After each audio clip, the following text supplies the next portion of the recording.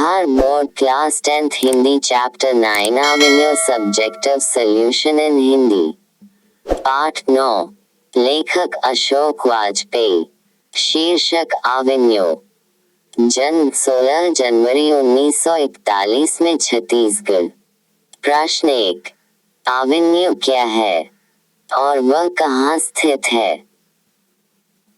उत्तर avenue एक पुराना शहर है जो फ्रांस के रोम नदी के किनारे स्थित है। यहाँ कभी कुछ समय के लिए पॉप की राजधानी हुआ करता था।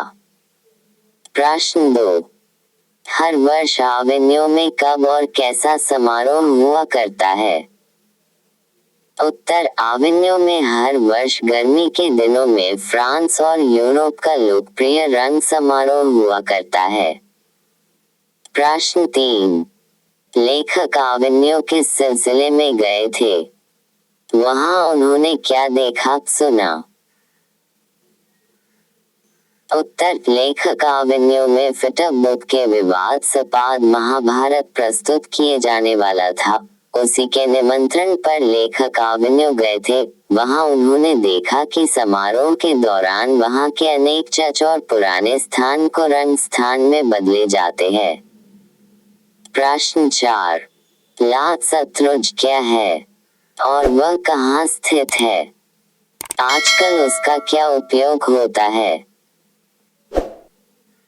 उत्तर लाख शतरुंज ईसाई समुदाय का एक ईसाई मठ है। बहुत दिनों तक उसका धार्मिक उपयोग होता रहा है। लाख शतरुंज रोम नदी के किनारे स्थित है। आजकल उसका मुख्य उपयोग रंगमंच और लेखक के लिए होता है। प्रश्न 5 लाख शतरुंज का अंतरंग विवरण अपने शब्दों में प्रस्तुत करते हुए यह स्पष्ट कीजिए कि लेखक ने उसके स्थापत्य को मौन का स्थापत्य क्यों कहा है।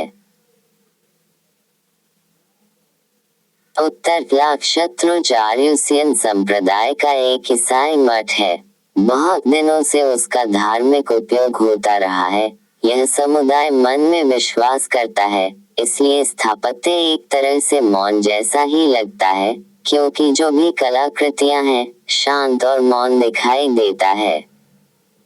प्रश्न 6 लेखक आवेन्यू अपने साथ क्या लेकर गए थे और वहां कितने दिनों तक रहे। लेखक की उपलब्धियां क्या रही।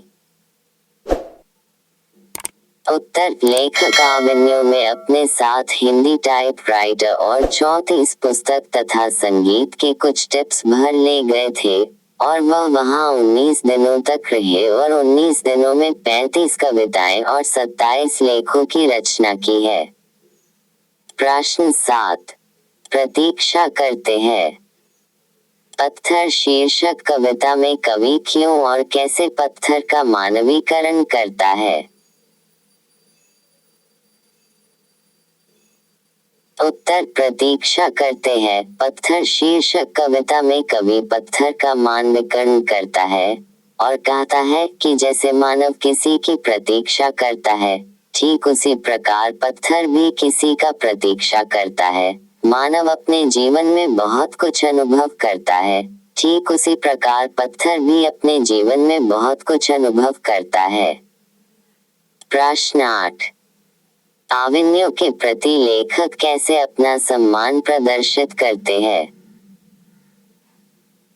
उत्तर आवेन्यू के प्रति लेखक अपना सम्मान प्रदर्शित करते हुए कहते हैं कि लाख शतरुंज में मैंने जो पाया उसकी गहरी कृतज्ञता मन में है और जो खोया उसकी गहरी पीड़ा भी मन में है। प्रश्न 9 मनुष्य जीवन से पत्थर की क्या समानता और विषमता है।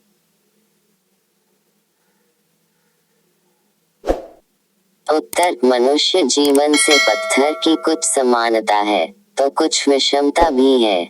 जैसे मनुष्य हर समस्या को शांत करता है और उस समस्या का निदान करता है, उसी प्रकार पत्थर भी अपनी जीवन की हर समस्याओं का शांत करता है। पत्थर शब्द ही होता है, लेकिन यह गुण मानव में नहीं पाया जाता है। पत्थर निर्जीव है, लेकिन मानव सजीव है। यही सब पत्थर और मानव जीवन में समानता और विषमता है। प्रश्न 10। इस कविता से आप क्या सीखते हैं? उत्तर, इस कविता से हमें यही सीख मिलती है कि जिस तरह पत्थर अपनी स्थान सादा स्थिर रहता है, ठीक उसी तरह मनुष्य को भी अपनी ज्ञानता को स्थिर रहना चाहिए। जिस तरह पत्थर हर समस्या को झेलते हैं, ठीक उसी तरह मनुष्य को भी हर समस्या को झेलनी चाहिए। प्रश्न 11। नदी के तट पर बैठे हुए लेखक को क्या अनुभव होता है?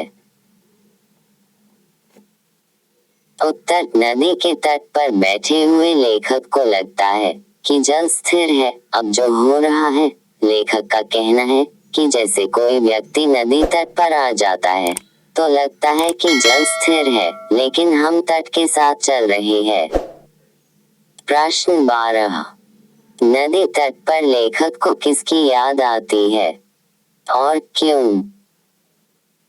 उत्तर, नदी तट पर लेखक को विनोद कुमार शुक्ला जी की याद आती है, क्योंकि उन्होंने कहा था कि नदी चेहरा लोगों से मिलने की बात करती है। प्रश्न 13।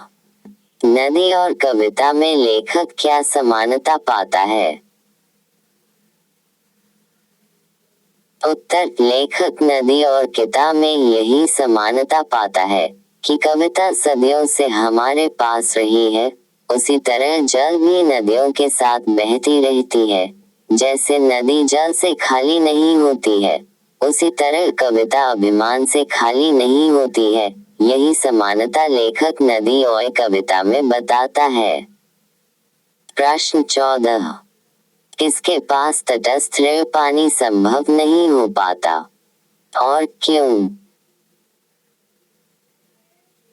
उत्तर, लेखक का कहना है कि नदी के किनारे और कविता के पास तटस्थ रहना संभव नहीं हो पाता है, क्योंकि व्यक्ति अपनी भावुकता अथवा खुलेपन के कारण वह अपने हृदय से उठ रही भावनाओं से नहीं बच पाता है, तथा कविता और नदी हमारी नजराना को दूर से ही आकर्षित कर लेता है।